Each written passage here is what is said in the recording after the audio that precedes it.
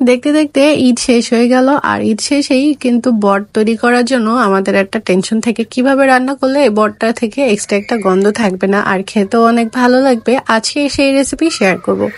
বট তৈরি করার জন্য এক্সট্রা কিছু মশলা আমি এখানে অ্যাড করেছি, যে মশলাগুলো অ্যাড করলে একদম পারফেক্ট একটা ফ্লেভার আসবে। আর কালারটা দেখে তো আপনি অলরেডি গেস করতেই পারেন যে এটা কতটা মজাদার হয়েছে। একদম পারফেক্ট আজকে তৈরি করে দেখাবো মজাদার বট ভুনা। আর বট ভুনা তৈরি করার আগে বটটাকে কিন্তু আমরা সবসময় আগে ক্লিন করে ফ্রিজে রেখে দিই, সেটা কিন্তু একদমই ভুল।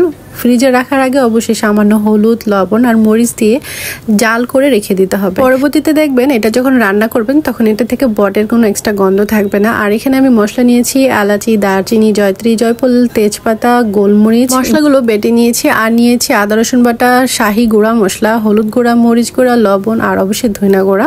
বট ভুনা তৈরি করার আগে আমি এখানে আলুটাকে প্রথমে ভেজে নিব। তার আলুর যে ফ্লেভারটা থাকে সেটা তেলের সাথে মিক্স হয়ে যায়। আর আলুটা ভেজে নিলে তাড়াতাড়ি রান্না করলেও করা হয়ে যায় আর খেতেও অনেক ভালো লাগে।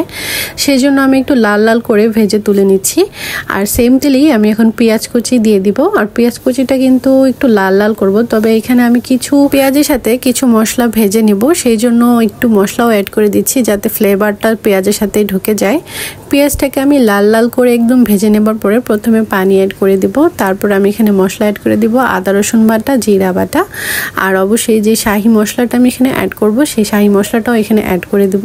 তারপর এখানে হলুদ গুঁড়া, মরিচ গুঁড়া, ধনে গুঁড়াটা একটু বেশি বেশি দেবো, কারণ বটের মধ্যে একটু মশলা বেশি দিলে খেতে ভালো লাগে। মশলার পরিমাণটা একটু বেশি দিলে ভালো লাগে। আর দিব ধনে গুঁড়া আর গরম মশলা গুঁড়া 1/2 চামচের মতো। আর গরম মশলা বাটা তো অ্যাড করেছি। স্বাদ মতো লবণ আর কিছু ফালি কাঁচামরিচ অ্যাড করে দিব, তাহলে এটা ফ্লেভারটা অনেক ভালো আসে। তবে এখানে পানির পরিমাণটা আর একটু দিয়ে তারপর মশলাটাকে ভালো করে কষিয়ে নিব।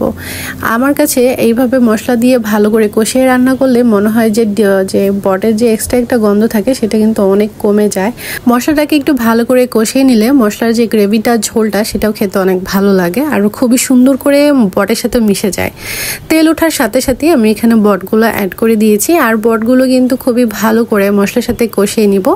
বটটা যত আপনি ভালো করে মশলার সাথে কষিয়ে নেবেন ততই ভালো। আর বটের থেকে এক্সট্রা যে গন্ধটা সেটাও আরও কমে যাবে। আর এটা যখন ভালো মতো ভাজা ভাজা হবে তখনই দেখবেন এটার কালারও আরও চেঞ্জ হয়ে যায় আর খেতেও অনেক ভালো লাগে। তবে মিনিমাম 15 থেকে 20 মিনিট ভালো মতো কষিয়ে নিলে খুবই ভালো হয়। যখন দেখবেন এটা থেকে একটা তেল ছেড়ে দিয়েছি ঠিক তখনই আমি এখানে ভাজা আলুগুলো অ্যাড করে দিয়ে ভাজা আলুগুলো একটু মশলার সাথে কষিয়ে নিচ্ছি। আর খুব ভালো মতো কিছুক্ষণ কষিয়ে নেবার পরে আমি এখানে গরম পানি অ্যাড করে দিচ্ছি। গরম পানিটা খুব বেশি এখানে প্রয়োজন নেই, পরিমাণ মতো একটু হলেই হয়ে যাবে, কারণ বটটাও আগে সেদ্ধ করা ছিল সেই জন্য। আর ঢেকে আমি 10 থেকে 15 মিনিট ওয়েট করব। আর পানিটা অলমোস্ট শুকিয়ে গেছে। এর দিকে কিন্তু অবশ্যই খেয়াল রাখবেন যেন আবার পুড়ে না যায়। তবে নামানোর কিছুক্ষণ আগে আমি কিছু কাঁচামরিচ অ্যাড করব আর ভাজা জিরা গুঁড়া অ্যাড করব। আর এখানে অলরেডি মশলা কিন্তু আমি শাহি গুঁড়া, শাহি গরম মশলা সবই অ্যাড করে দিয়েছি এর আগে, সেই জন্য। আর এই বটটাকে কিন্তু আমি ঝোল একদমই রাখবো না, একদম ভাজা ভাজা করে একটা মোটা লেয়ার থাকে না, যে গ্রেভিটা থাকে সেই লেয়ারটা আনবো। অলমোস্ট এরকম একটা গ্রেভি হবে, ঠিক তখনই নামিয়ে ফেলবো। তেলও উঠে গেছে, রান্নাটা হয়ে গেছে, ভাজা ভাজা হয়েও গেছে বট। আর বটটা ঠিক এভাবে রান্না করলে দেখবেন এটা খেতেও অনেক ভালো লাগে, পরিবারের সবাই অনেক খুশি হবে। আর এভাবে রান্না করে আপনি 2-3 দিন রেখেও খেতে পারবেন। আর আজকে এই রেসিপি কেমন লাগলো অবশ্যই কমেন্টস করে জানাবেন। আমার কাছে খুবই ভালো লেগেছে। বট সবারই অনেক কম বেশি পছন্দ, আর এইভাবে রান্না করলে আরো বেশি সবার পছন্দ হয়ে যাবে। ধন্যবাদ।